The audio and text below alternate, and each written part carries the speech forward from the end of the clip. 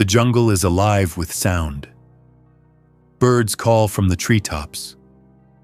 Monkeys chatter in the canopy, and the heavy hum of cicadas fills the air. The late afternoon sun filters through leaves the size of umbrellas, casting mottled patterns of light and shadow across the muddy riverbank. And there in the shallow water, a baby elephant struggles. The calf, no more than a year-old, trumpets weakly, its trunk flailing as the current pulls at its legs. The river is swollen from rains rushing faster than usual, and the calf is trapped in a slick patch of mud. Each time it tries to climb out, its legs slip, pulling it deeper into the mire. Its cries echo through the jungle, desperate and panicked, reaching ears far beyond the river's edge. Not far away, a man named Daniel trudges along a narrow path. A conservation worker from a nearby village, Daniel spends most of his days patrolling the forest, checking on wildlife, and ensuring poachers don't slip through. His boots are caked with red clay, his shirt damp with sweat. He's tired, ready to head back. But then he hears the frantic cry of an elephant calf. Daniel stops, his heart thumping. He knows that sound. He's heard it before when elephants are separated, when calves are in danger. Without hesitation, he bolts toward the river, crashing through undergrowth vines, snapping at his arms. The cry grows louder, more urgent. When Daniel bursts onto the riverbank, his eyes widen. The calf is barely above the waterline now, its small trunk, thrashing eyes wide with terror. The mud clings to its body, sucking it down inch by inch. If it sinks much further, it could drown. Daniel's instincts take over. He throws down his pack, wading into the mud, despite knowing how dangerous it can be. The sludge grips at his boots, threatening to swallow him too, but he pushes forward. "Easy, little one," he murmurs, voice shaking. His hands grasp the calf's slippery side muscles, straining as he tries to lift. But the baby is heavy, hundreds of pounds of panicked life. Daniel's breath comes in ragged gasps as the mud sucks tighter. The calf trumpets, its sound piercing. Daniel digs deeper, adrenaline flooding his veins. "Come on, fight with me," he shouts, his voice cracking. Inch by inch, he rocks the calf, loosening the mud's grip. His arms burn, his legs ache, but he doesn't stop. At last, with a desperate heave, the baby elephant surges free, collapsing onto the bank with a crash. Daniel stumbles beside it, falling to his knees. His chest heaves, sweat dripping into his eyes. He reaches out, stroking the calf's mud-slick hide. "You're safe now," he whispers. Relief crashes over him, and before he can stop himself, tears spill down his cheeks. His shoulders shake as he sobs, overcome by the enormity of what just happened. The life saved, the bond formed. The calf lies still for a moment, exhausted, its small chest rising and falling rapidly. Then it gives a soft trumpet, pressing its head weakly against Daniel's arm. The gesture undoes him completely. Daniel cradles the calf's face, whispering soothing words, not caring that his own clothes are soaked with mud and water. In that moment, it's just him and this fragile creature, bound by survival. But the jungle is never silent for long. A low rumble cuts through the air, deep and powerful. The ground trembles slightly underfoot. Daniel freezes.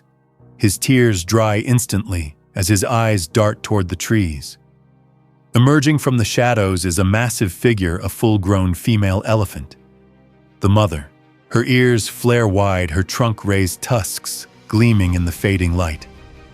Her eyes lock onto Daniel, and she trumpets a deafening sound that reverberates through his chest. Every instinct in him screams to run. He knows how dangerous a mother elephant can be, especially when her calf is threatened.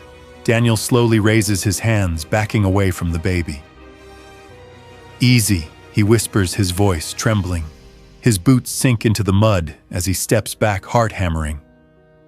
The mother charges a few steps, dust and leaves flying, and Daniel flinches, stumbling. His breath catches in his throat. This could be the end, but then something shifts. The mother's eyes flick to her calf, sprawled on the riverbank. She lowers her trunk, sniffing the air. The calf stirs, trumpeting weakly. It struggles to its feet, wobbling, then presses itself against Daniel's side as if seeking comfort. Daniel goes rigid.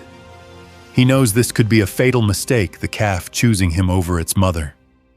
He whispers urgently, "Go on, little one, she's here." His hands gently push the calf toward the towering elephant. The mother steps closer, her massive form casting a shadow over both of them. Her trunk swings, curling toward Daniel. He shuts his eyes, bracing for impact. But instead of striking, the trunk brushes lightly against his shoulder. It lingers the tip, exploring his scent, tracing the mud and sweat that cling to him. Daniel exhales shakily, daring to open his eyes. The mother elephant's gaze is locked with his. There's no rage there now, only something deeper, recognition, perhaps even gratitude. She rumbles low in her throat, a sound that vibrates through the air like a hymn. Then she turns to her calf, wrapping her trunk gently around its small body, pulling it close. The calf trumpets, nuzzling into her chest, but its eyes flick back to Daniel as if unwilling to let go. The mother lifts her trunk high and lets out a mighty call, one that echoes across the forest. It's not a cry of fury, it's a proclamation. She has her calf back, safe and alive. Daniel collapses to the ground, overcome with relief. His hands shake as he wipes his tear-streaked face, staring in awe at the scene before him. The mother elephant nudges her calf once more, then turns her gaze back to him. In a move that makes Daniel's breath hitch, she bows her massive head slightly, holding it there for a long moment. It's as if she's acknowledging him, thanking him in the only way she knows. The jungle seems to hold its breath. Daniel presses his hand to his chest, overwhelmed. "You're welcome," he whispers, voice thick with emotion. Then, just as quickly as they appeared, the mother and calf begin to move. The forest parts around them as they melt back into the green. Daniel watches, unable to look away, until they disappear completely into the jungle's depths. The air is still once more, save for the rush of the river and the pounding of his own heart. He sits in silence, tears drying on his cheeks, replaying the moment in his mind. He knows he's just witnessed something extraordinary, something he'll never forget. A connection, not just between man and animal, but between parents, bound by the same instinct to protect, to love, to sacrifice. As twilight falls, Daniel gathers his pack. His steps slow and reverent as he begins the long walk back to the village. The jungle hums around him, alive with unseen eyes and whispering leaves. He feels changed, humbled by what he's experienced. Back at the village, as night blankets the world, Daniel sits by the fire. His friends ask where he's been, why his clothes are torn and muddy, why his eyes are red. He tries to explain, but words fail. How can you describe the moment a mother elephant lowered her head in gratitude? How can you explain the tears of a man who saved a calf and was spared by its mother? He simply shakes his head, staring into the flames. "It was a miracle," he whispers. And deep down, he knows it's true.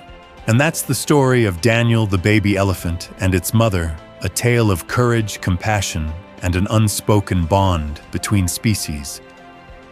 Sometimes the wild doesn't just test us, it teaches us. If this story moved you, don't forget to leave a comment, share it with someone who needs hope today, and subscribe for more incredible stories from the heart of nature. Until next time, remember, even in the wildest places, love can speak louder than fear.